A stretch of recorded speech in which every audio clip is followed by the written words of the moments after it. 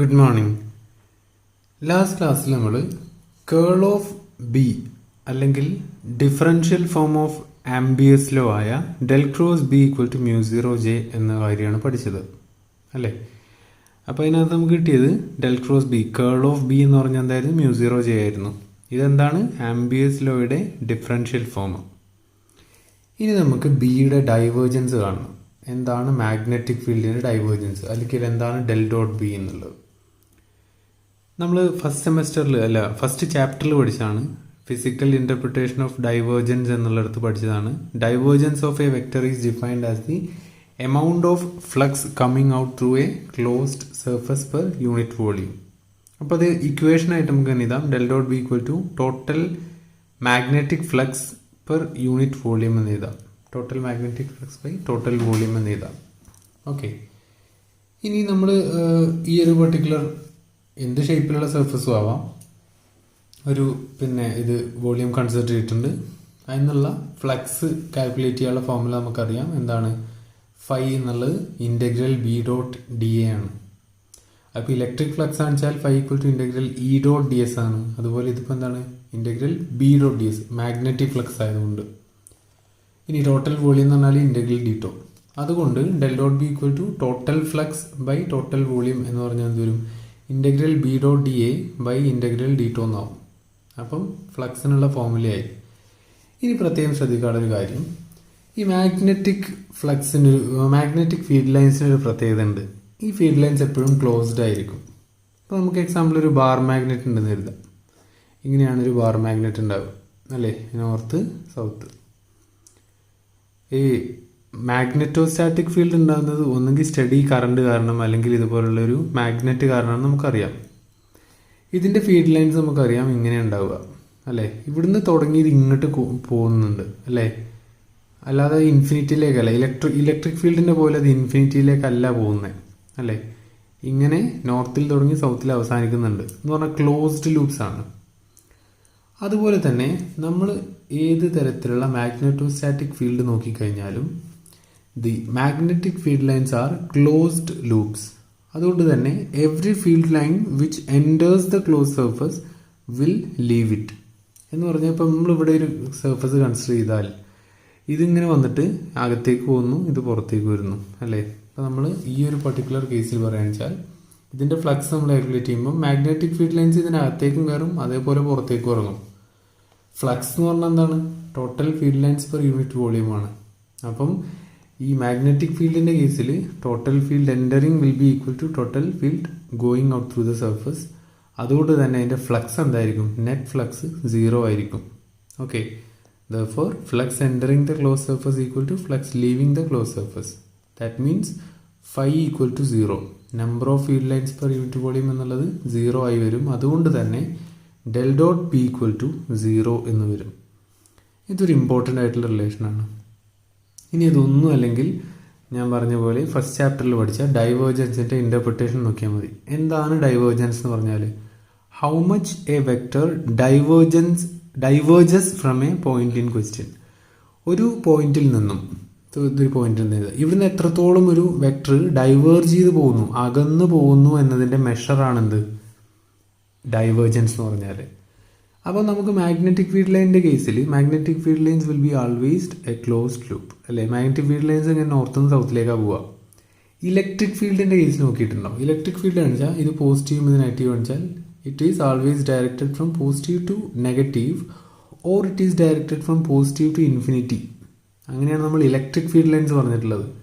എന്നാൽ magnetic field lines R always closed, so the net flux is 0. അപ്പോൾ ഇങ്ങനെ closed ആയിട്ടുള്ളൊരു സാധനത്തിൻ്റെ ഡൈവേർജൻസ് എന്താണ്, 0 ആണ്. ഇത് ഡൈവേർജ് ചെയ്യുന്നില്ല, that means del dot B equal to 0. അങ്ങനെയും അതിനെ ജസ്റ്റിഫൈ ചെയ്യാം. ക്ലിയർ ആണല്ലോ. അപ്പോൾ ഇതൊരു ഇമ്പോർട്ടൻറ്റ് റിസൾട്ടാണ്, del dot B equal to 0 അല്ലെങ്കിൽ divergence of B magnetostatic field is 0 എന്നുള്ളത്. ക്ലിയർ ആണല്ലോ. ഇനി എക്സാമിന് പ്രധാനമായിട്ട് ചോദിക്കുന്ന ഒരു ക്വസ്റ്റ്യൻ ആണ് comparison between electric field and magnetic field. To be specific, comparison between electrostatic field and magnetostatic field. അതിലൊന്നാമത്തെ വ്യത്യാസം തന്നെയാണ് ഡിഫൈനിങ് ദി ഫണ്ടമെൻ്റൽ ക്വാണ്ടിറ്റി. ഒരു ഇലക്ട്രിക് ഫീൽഡ് ഉണ്ടാവുന്നത് ഒരു ഇലക്ട്രിക് ചാർജ് കാരണമാണ്. അല്ലെങ്കിൽ ഒരു ചാർജ് അറ്റ് റെസ്റ്റ് കാരണമാണ് ഇലക്ട്രിക് ഫീൽഡ് ഉണ്ടാകുന്നത്. അത് നമുക്കിങ്ങനെ പറയാം: fundamental quantity regarding an electric field is an electric charge. എന്നാൽ മാഗ്നറ്റിക് ഫീൽഡിൻ്റെ കേസിൽ the fundamental quantity regarding B is a magnetic dipole. അല്ലേ, ഒരു മാഗ്നറ്റിക് ഡൈപോളാണ് ഫീൽഡ് കോസ് ചെയ്യുന്നത്. അതുപോലെ ഇലക്ട്രിക് ഫീൽഡിൻ്റെ ഫ്ലക്സ് എന്ന് പറഞ്ഞാൽ integral E dot D S equal to Q enclose by epsilon 0. ഇതിനെന്ത് പറയും? Integral form of Gauss law എന്ന് പറയും. ഈ കേസിൽ എന്താണ്? Integral B dot D S equal to 0 ആണ്. അല്ലേ, total flux entering the surface equal to total flux leaving the surface. So net flux is 0 എന്നുള്ള നമ്മൾ തൊട്ട് മുമ്പ് പഠിച്ചു. ഇതിൻ്റെ ഡിഫറൻഷ്യൽ ഫോമാണ് del dot equal to rho by epsilon 0. That means Gauss's ലോൻ്റെ differential form. And divergence of B എന്താണ്? 0 ആണ്, തൊട്ട് മുമ്പ് പഠിച്ചു. മറ്റൊരു കാര്യം, integral E dot D L equal to 0 ആണ് എന്ന് പറഞ്ഞാൽ ഇലക്ട്രോസ്റ്റാറ്റിക് ഫീൽഡ് കൺസർവേറ്റീവ് ആണ്. അത് ഇങ്ങനെ.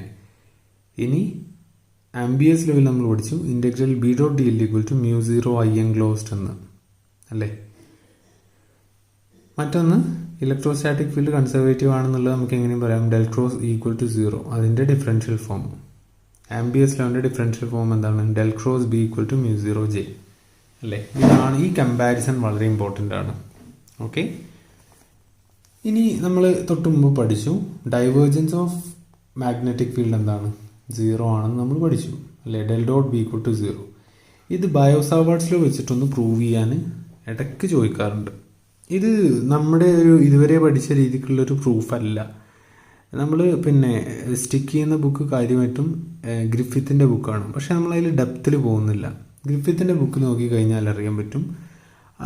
ആ ബുക്ക് പിന്നെ ആ ഒരു കൺവെൻഷനിൽ എപ്പോഴും ചാർജ് പാർട്ടിക്കിൾ നിൽക്കുന്ന സ്ഥലത്ത് അല്ലെങ്കിൽ ചാർജ് ഡെൻസിറ്റി ഉള്ള സ്ഥലം നമ്മൾ ഒറിജിനായിട്ട് ചൂസ് ചെയ്യാറാണ് പതിവ്. ഓക്കെ, ഇപ്പോൾ ഒരു ചാർജ് അറ്റ് റെസ്റ്റ് ഉണ്ടെങ്കിൽ ഇങ്ങനെയാണ് നമ്മൾ സാധാരണ ആക്സിസ് വരയ്ക്കുക. ഇവിടെ ഒരു ചാർജ് വെക്കുന്നു, ഇത് വൈ ആക്സ്, ഇത് എക്സ് ആക്സിസ് എന്ന് പറഞ്ഞാൽ സാധാരണ വരക്കാറുള്ളത്. എന്നാൽ മറ്റൊരു കൺവെൻഷൻ എന്ന് പറയുന്നത് നമ്മൾ ഇങ്ങനെ വരക്കും. ചാർജ് ഇവിടെ വെക്കും, എന്നിട്ട് ഇവിടെ ഒറിജിൻ ആക്കും എന്ന് പറഞ്ഞാൽ ചാർജിലേക്ക് ഒരു ഡിസ്റ്റൻസ് ആർ ഉണ്ടാവും. ഈ രീതിയിലുള്ള ഒരു കാൽക്കുലേഷൻ, അത്തരത്തിലൊരു ഫോർമുലേഷൻ വഴിയാണ് നമ്മൾ ബയോ-സാവാർട്സ് ലോയിൽ നിന്നും del dot B equal to 0 എന്ന് പ്രൂവ് ചെയ്യുന്നത്. ഓക്കെ, അപ്പോൾ നമുക്കൊരു പിന്നെ വോളിയം കറണ്ട് ഡിസ്ട്രിബ്യൂഷൻ തന്നിട്ടുണ്ട്. ഇനി ഇവിടെ ഇതിൻ്റെ ഒറിജിൻ പ്രൈംഡ് കോർഡിനേറ്റ്സ് വെച്ചിട്ട് തന്നിട്ടുള്ളത്. ഇവിടെ അൺപ്രൈംഡ് ആണ്, x dash y dash z dash ആണ്. ഇവിടെ എക്സ് വൈ സെഡ് ആണ്, രണ്ട് കോർഡിനേറ്റ് സിസ്റ്റമാണ്. ഓക്കെ, നമുക്കറിയാം ബയോ-സാവാർട്സ് ലോ പ്രകാരം B equal to mu 0 by 4 integral J cross R cap by R square ആണ്.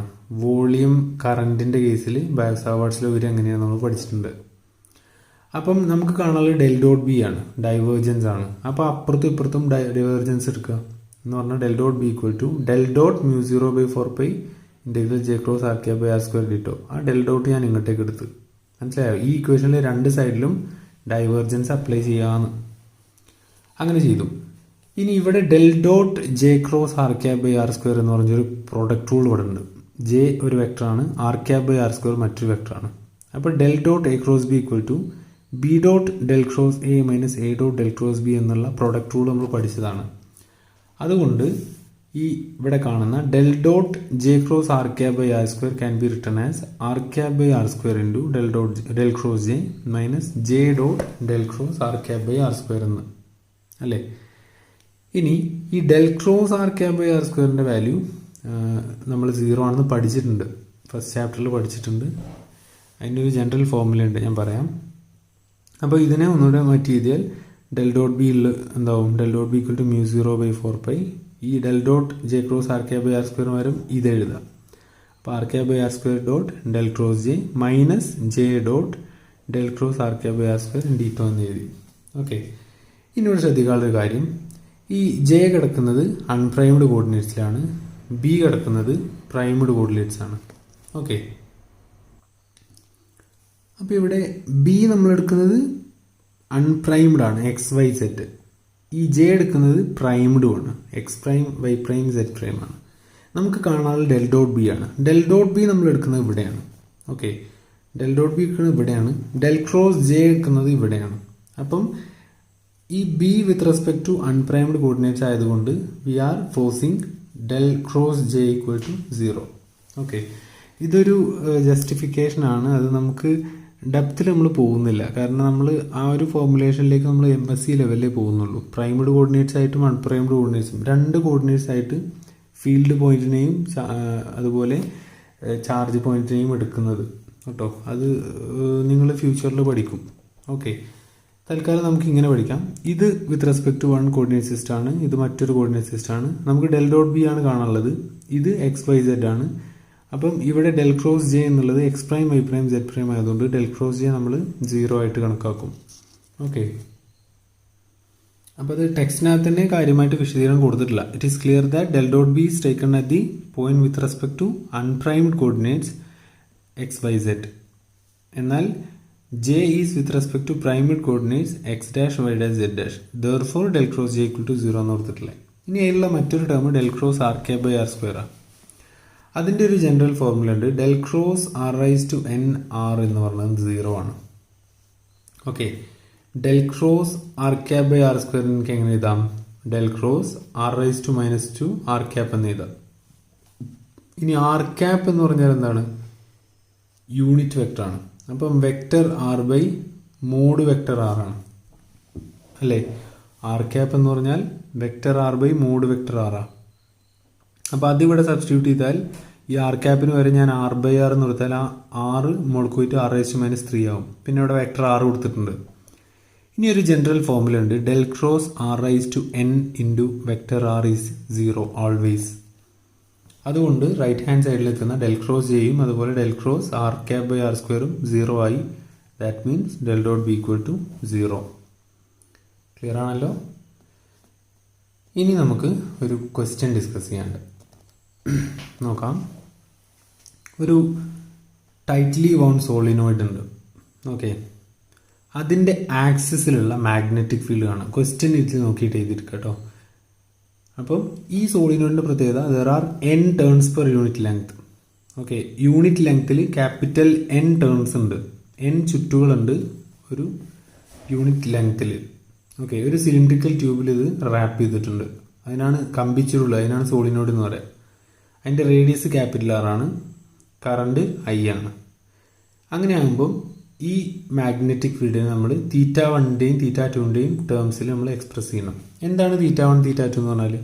V have to find the magnetic field on the axis of a solenoid. ഇങ്ങനെ ഒരു tube ഉണ്ട്, അതിന് കുറേ ചുറ്റിയിട്ടുണ്ട്. അതിൻ്റെ ആക്സിസിലുള്ള മാഗ്നറ്റിക് ഫീൽഡാണ് കാണാനുള്ളത്. θ1 എന്ന് പറഞ്ഞാൽ ഇതാണ് നമ്മുടെ പോയിന്റ്. ആക്സിസിലുള്ള ഒരു P എന്ന് പറഞ്ഞ പോയിന്റ് ഇതാണ്. ഇവിടുന്ന് സോളിനോയിഡിൻ്റെ ഫസ്റ്റ് എൻഡിലേക്ക് ഒരു ലൈൻ വരയ്ക്കുക. സോളിനോയിഡിൻ്റെ ആക്സിസും ആ ലൈനും തമ്മിലുണ്ടാക്കുന്ന ആംഗിളാണ് θ1. അതുപോലെ ഈ പോയിന്റിൽ നിന്നും സോളിനോയിഡിൻ്റെ ഇങ്ങേ എൻഡിലേക്ക് എന്ത് ചെയ്യുക? ഒരു ലൈൻ വരയ്ക്കുക. ആ ലൈനും ആക്സിസും ഉണ്ടാകുന്ന ആംഗിളാണ് θ2. ആ θ1ൻ്റെയും θ2ൻ്റെയും ടേംസിലാണ് നമുക്ക് മാഗ്നറ്റിക് ഫീൽഡ് കാണാനുള്ളത്. സൊല്യൂഷൻ നോക്കാം. ഇത് നമ്മൾ Coulomb's law for extended objects എന്ന് പറഞ്ഞില്ലേ, അതുപോലെയൊക്കെ ഒരു ടെക്നിക്കാണ് നമ്മളിവിടെ ഉപയോഗിക്കുന്നത്. നോക്കുക, ഇതിനകത്ത് നിന്ന് ചെറിയൊരു പോർഷൻ എടുക്കുക, ചെറിയൊരു സെഗ്മെൻറ്റ് ഓഫ് തിക്നെസ് dz എടുക്കുക. ഓക്കെ, ഇതിനകത്ത് നിന്ന് കുറേ ചുറ്റുകളുണ്ടല്ലോ, അതിനകത്ത് നിന്ന് ഒരു സെഗ്മെൻറ്റ് എടുക്കുക, ചെറിയൊരു പോർഷൻ. അതിൻ്റെ തിക്നെസ് dz ആണ്. ഓക്കെ, എന്നിട്ട് അതായത് ഈ കൺസിഡർ ചെയ്ത പോയിന്റിൽ നിന്നും z ഡിസ്റ്റൻസിൽ dz തിക്നെസ് ഉള്ള ഒരു പോർഷൻ എടുക്കുക. ഈ ചിത്രം മാത്രം നോക്കുക. ഇത് ശരിക്ക് എ റിങ് ആണ്. ഇതൊരു റിങ്. അതിൻ്റെ മിഡ് പോയിന്റിൽ നിന്നും z ഡിസ്റ്റൻസിലുള്ള P എന്ന് പറഞ്ഞൊരു പോയിന്റ്. ഇവിടെയുള്ള മാഗ്നറ്റിക് ഫീൽഡ് കാണാൻ നമ്മൾ പഠിച്ചിട്ടുണ്ട് മുമ്പേ. എന്താണത്? Magnetic field produced by a current carrying circular coil along the axis എന്തായിരുന്നു? B equal to μ0 IR² × 2 × R² + Z² 3/2 z cap ആയിരുന്നു. ഓർമ്മയില്ലെങ്കിൽ ജസ്റ്റ് ഒന്ന് മറിച്ച് നോക്കുക. ബയോസാവാർട്സ് ലോൻ്റെ ആപ്ലിക്കേഷൻ ആയിട്ടാണോ എന്ന് എനിക്കറിയില്ല, അവിടെ നമ്മൾ ചെയ്തിട്ടുണ്ട് എന്തായാലും. ഇത് n ടേൺസ് ഉണ്ടെങ്കിൽ സ്മാൾ ലെറ്റർ n വരും. n ടേൺസ് ഉണ്ടെങ്കിൽ പ്രത്യേകം ശ്രദ്ധിക്കാനുള്ളത്, ഇവിടെ number of turns per unit length ആണ് ക്യാപിറ്റൽ N ഈ സോളിനോയിഡിൻ്റെ കേസിൽ.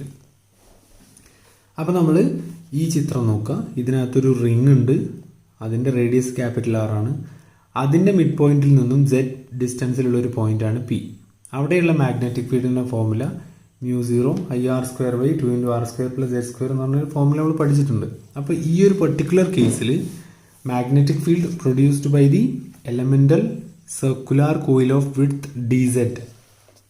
dz ഇല്ല. ഈ ഒരു എലമെൻ്റൽ സർക്കുലാർ കോയിൽ കാരണം ഇവിടെ ഉണ്ടാകുന്ന മാഗ്നറ്റിക് ഫീൽഡ് എത്രയായിരിക്കും? ഈക്വേഷൻ്റെ പോലെ തന്നെ വരിക. ഇത് dz എന്ന് പറഞ്ഞ ചെറിയൊരു എലമെൻ്റ് അല്ലേ, അതുകൊണ്ട് അത് കാരണം ഉണ്ടാകുന്ന ഫീൽഡ് dB ആവും. സെയിം ഫോർമുല വരും, ഇൻറ്റു എന്തും കൂടെ വരും, എത്ര ടേൺസ് ഉണ്ട് എന്നും കാൽക്കുലേറ്റ് ചെയ്യണം. അപ്പം ചുറ്റിൻ്റെ എണ്ണം എന്താണ്? n turns per unit length ആണ്. അപ്പോൾ dz എന്ന് പറഞ്ഞ ഈ ഒരു വിഡ്ത്തിനകത്ത് എത്ര ചുറ്റുകൾ ഉണ്ട് എന്നും കൂടെ നമ്മൾ മൾട്ടിപ്ലൈ ചെയ്യണം. ക്ലിയർ ആയോ? എന്ന് പറഞ്ഞാൽ the small magnetic field dB due to the thickness dz is equal to μ0 IR²/2 × R² + Z² 3/2 same into number of ടേൺസും വേണം. അത് എവിടെ ഉള്ളത്? ആ dz തിക്നെസ്സിനകത്ത് കുറേ ചുറ്റുകൾ ഉണ്ടാവും. അതിനകത്തുള്ള നമ്പർ ഓഫ് ടേൺസ് എന്താണ്? Number of turns in dz. അപ്പം n എന്ന് പറഞ്ഞാൽ number of turns per unit ലെങ്താണ്. അപ്പോൾ അതിന് നമ്മൾ dz എന്ന് പറഞ്ഞാൽ അതിൻ്റെ ലെങ്ത് കൊണ്ട് മൾട്ടിപ്ലൈ ചെയ്താൽ നമുക്ക് ടോട്ടൽ നമ്പർ ഓഫ് ടേൺസ് കിട്ടും. ക്ലിയർ അല്ലേ? Number of turns in dz കാണാൻ n dz കണ്ടാൽ മതി. കാരണം എന്നിൻ്റെ ഡയമെൻഷൻ നമ്പർ പെർ ലെങ്ത് ആണ്. അതിനെ ലെങ്ത് കൊണ്ട് മൾട്ടിപ്ലൈ ചെയ്താൽ നമ്പർ വരും. ഓക്കെ. ഇനി ഈ ട്രയാങ്കിളിനകത്ത് നമ്മളിവിടെ കൺസിഡർ ചെയ്തിട്ടുള്ള ഈ ഒരു ട്രയാങ്കിളിനകത്ത് നോക്കുക. ഈ ഡിസ്റ്റൻസ് z ആണ്, ഈ ഡിസ്റ്റൻസ് r ആണ്, ഇത് ക്യാപിറ്റൽ R ആണ്. ഇവിടെ ഒരു ആംഗിൾ തീറ്റ ഉണ്ട്. അതിനകത്ത് നമുക്ക് കോട്ട് തീറ്റ കാണാം. ഓക്കെ.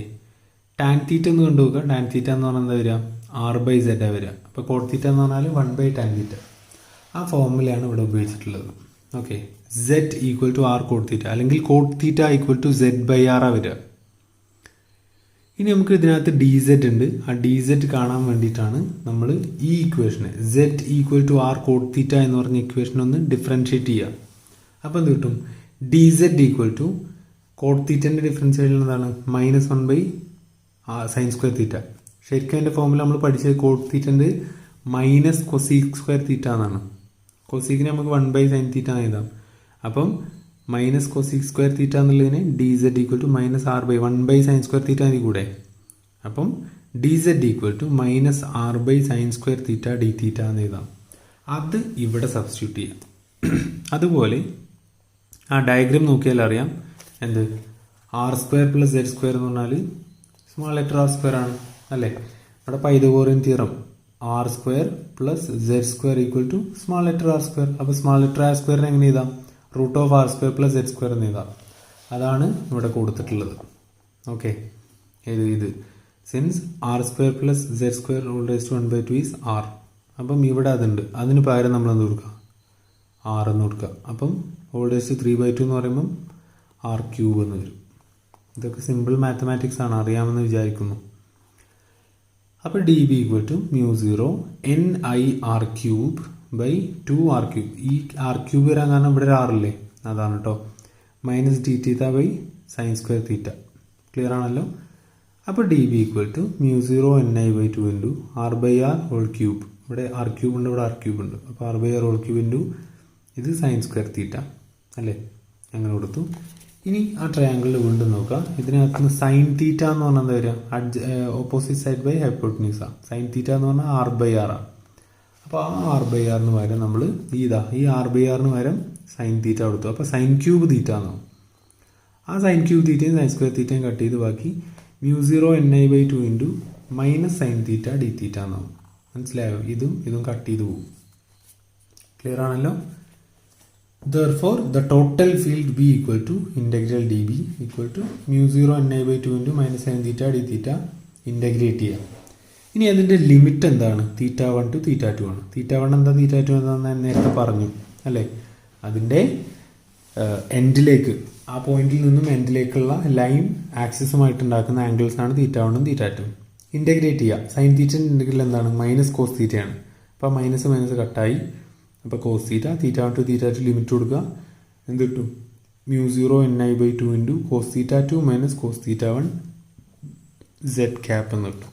ഇതാണ് magnetic field at the axis of A tightly wound solenoid having n turns per unit length. ഇനി അതിൻ്റെ ഒരു സ്പെഷ്യൽ കേസ് ഉണ്ട്. Magnetic field inside A very long solenoid. വളരെ ലെങ്തി ആയിട്ടുള്ളൊരു സോളിനോയിഡിനകത്തെ മാഗ്നറ്റിക് ഫീൽഡ് കാണണം. അപ്പോൾ നമുക്ക് അതൊരു ലെങ്തി ആയിട്ടുള്ള നീളല്ല സോളിനോയിഡാണ്. അതിൻ്റെ നടുക്കുള്ളൊരു പോയിന്റ്. ഓക്കെ, ഇതാണ് ആക്സിസുള്ള പോയിന്റിലെ ഫീൽഡ് കാണണം. എന്താണ് തീറ്റ എന്ന് പറഞ്ഞാൽ ഇവിടുന്ന് ഇങ്ങനെ വന്ന് ഈ എൻഡിലേക്കുള്ള ആംഗിളാണ് തീറ്റ. ആക്സിസും ഈ എൻഡിലേക്കുള്ള ലൈനും തമ്മിലുണ്ടാക്കുന്ന ഈ ആംഗിളാണ് തീറ്റ 1. അതേ ആക്സിസും ഈ എൻഡിലേക്കുള്ള ലൈനും ഉണ്ടാക്കുന്ന ആംഗിളാണ് തീറ്റ 2. അപ്പോൾ നിങ്ങൾ ലെങ്ത് അങ്ങനെ കൂടി ഇൻഫിനിറ്റ് ലെങ്ത് ആണെച്ചാൽ എന്താ ഈ ആംഗിൾ എങ്ങനെ വരിക? തീറ്റ 1 ഇങ്ങനെ വന്ന് അങ്ങോട്ടേക്ക് എന്ന് പറഞ്ഞാൽ ടെൻസ് ടു 180. ഈ ആംഗിൾ ടെൻസ് ടു 0. അപ്പോൾ അതിനകത്ത് theta 1 equal to 180, theta 2 equal to 0 substitute ചെയ്ത് കിട്ടും. B inside equal to μ0 ni/2 into cos theta 2 minus cos theta ആണല്ലേ. അപ്പോൾ എന്ത് വരും? μ0 ni ഇൻറ്റു z ക്യാപ്പ് എന്ന് വരും. ഓക്കെ, കോസ് 0 1 ആണ്, കോസ് 180 -1 ആണ്. അപ്പോൾ ആ 2 കട്ട് ചെയ്ത് പോയി μ0 ni z ക്യാപ്പ് എന്ന് വരും. ഇനി B at 1 end of a solenoid, 1 end of a long സോളിനോയിഡിൻ്റെ മാഗ്നറ്റിക് ഫീൽഡ് എന്ന് പറഞ്ഞാൽ ഈ ഒരു എൻഡിൽ. അപ്പോൾ നമുക്ക് സോളിനോയിഡ് വളരെ ലെങ്തി ആയിട്ടുള്ളതാണ്, പക്ഷേ അതിൻ്റെ ഒരു എൻഡിലാണ്. ഇതാണ് ആ എൻഡ് പോയിന്റ് എന്ന് കരുതുക. ഇനി അങ്ങോട്ടേക്ക് ഇൻഫിനിറ്റിയിലേക്ക് പോവാം. അപ്പോൾ തീറ്റ 1 എന്ന് പറഞ്ഞാൽ ഈ പോയിന്റിൽ നിന്നും ആ തലക്കുള്ളത് അല്ലേ. അപ്പോൾ ആ ആംഗിൾ എന്ത് ചെയ്യും? ഇതേപോലെ 180യിലേക്ക് പോകും. തീറ്റ 2 എന്ന് പറഞ്ഞാൽ എന്താണ്? ഇവിടുന്ന് ഈ എൻഡിലേക്കുള്ളത്. അപ്പോൾ ഈ ആംഗിൾ എന്താവും? ആക്സിസ് നമ്മളുടെ ആംഗിൾ 90 ഡിഗ്രി ആവും. അപ്പം തീറ്റ 1ന് 180യും തീറ്റ 2ക്ക് 90യും സബ്സ്റ്റിറ്റ്യൂട്ട് ചെയ്യുക. അപ്പോൾ എന്ത് കിട്ടും? ബി ഈക്വൽ ടു കോസ് 90 0 ആവും, കോസ് 180 -1 ആവും. μ0 ni/2 z ക്യാപ്പ് എന്ന് വരും. ക്ലിയർ ആണല്ലോ? ഇതാണ് magnetic field due to solenoid എന്ന് പറയുന്നത്. ഓക്കെ, കുറച്ച് അധികം ഉണ്ട്. നോട്ട് വിശദമായിട്ട് തന്നെ എഴുതിയെടുക്കുക. നിങ്ങൾ പേരും റോൾ നമ്പറും കൃത്യമായിട്ട് എഴുതുക ഓരോ പേജിലും. അത് മറക്കുന്നുണ്ട് പലരും. ഓക്കെ, അപ്പോൾ നമുക്ക് എക്സാമിന് 30-ാം തീയതിക്കുള്ളിൽ ഈ പോർഷൻ കംപ്ലീറ്റ് കവർ ചെയ്യാനുള്ളതുണ്ട്. അതുകൊണ്ടാണ് ഞാൻ കുറച്ച് അധികം എടുക്കുന്നത് കേട്ടോ. കംപ്ലീറ്റ് എഴുതിയിട്ട് എനിക്ക് അയച്ചു തരാം. അപ്പം അടുത്ത ക്ലാസ് കാണാം. Thank you all.